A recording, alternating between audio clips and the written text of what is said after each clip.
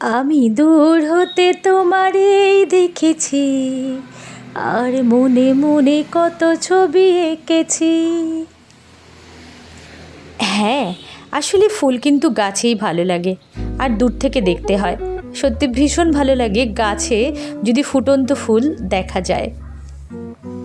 খুব প্রয়োজন না হলে গাছ থেকে ফুল একেবারে তুলো না। সঙ্গে বলি, আমরা সকলে বদ্ধপরিকর হই, আমরা গাছ কাটব না। আবহাওয়ার যে সাংঘাতিক পরিবর্তন, এত কষ্ট, এত তাপ বৃদ্ধি, মূলে কিন্তু সেই গাছ মানুষকে মৃত্যুর হাত থেকে বাঁচাতে পারে এবং অক্সিজেন বৃদ্ধিতে একমাত্র সহযোগিতা করতে পারে গাছ। কিছু গাছের পাতার উপকারিতা আমরা একটু দেখে নিই। এটা কি পাতা বলো তো? এটা হচ্ছে কালমেঘ পাতা, যেটাকে কালো মেঘ পাতা বলা হয়। কালমেঘ হচ্ছে জানো, পেটে অনেক সময় কৃমি হয় বাচ্চাদের, তো মোক্ষম ঔষধ কিন্তু এই কালমেঘ পাতা। এবং উপকারিতা তো আছেই, শরীরের বিভিন্ন উপকারিতা সম্পর্কে তো আমরা সকলেই ওয়াকিবহাল এবং সকলে জানি।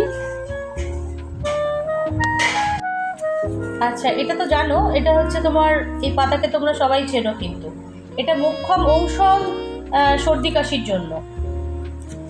এটা হচ্ছে তোমার শিউলি ফুল আছে, শিউলি ফুলের পাতা।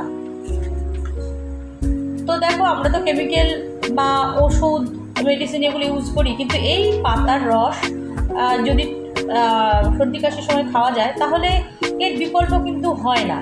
এটা হলো শিউলি ফুলের পাতা, অর্থাৎ শিউলি ফুল গাছের পাতা। দেখো, এটা নিম পাতা। নিমের উপকারিতা সম্পর্কে তোমাদের কাছে নতুন তো কিছুই নয়। নিম গাছ যে কি জিনিস,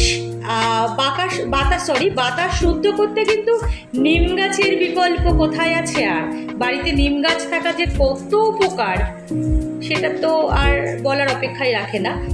সাথে নিমের রস বা নিম গাছের পাতার রস, এটাও কিন্তু শরীরের জন্য প্রচণ্ড উপকারী। আচ্ছা, এটা কি বলো তো দেখি? এটা কিন্তু কারি পাতা। কারি পাতা, তুমি যদি সাউথে যাও, সাউথের প্রত্যেকটা খাবারের সঙ্গে জানো কারি পাতা থাকে। আর সাউথের লোকজনদের একটা জিনিস দেখেছিলাম, সেটা হচ্ছে ওরা খুব মানে ব্রেনের দিক থেকে খুব কুল হয়, মাথা ঠান্ডার লোক হয় ম্যাক্সিমাম ক্ষেত্রে দেখেছি।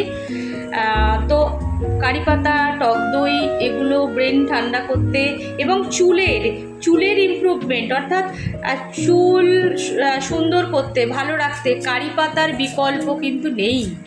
এবং শরীরের জন্য কারি পাতা কিন্তু সাংঘাতিক উপকার। আর হচ্ছে এটা বলো, সবাই জানে, এটা হচ্ছে তুলসী গাছ। এটাকে রাধা তুলসী বলা হয়, সাদা রঙের হয়, মানে অর্থাৎ গ্রিন, পিওর গ্রিন। তো এখন এই রাধা তুলসী গাছকে কেন পুজো করা হয়, এর উপকারিতা সম্পর্কে আমরা যদি ইতিহাস ঘেঁটি তাহলে তো সে সাংঘাতিক ব্যাপার হয়ে যায়। তবু এক কথায় ছোট্ট করে বলা যায়, এটাও সর্দি কাশির মোক্ষম ঔষধ। তাই কিন্তু আপনারা গাছ পুঁতবেন। চ্যানেলটি সাবস্ক্রাইব করুন, লাইক করুন, শেয়ার করুন এবং কমেন্ট করুন।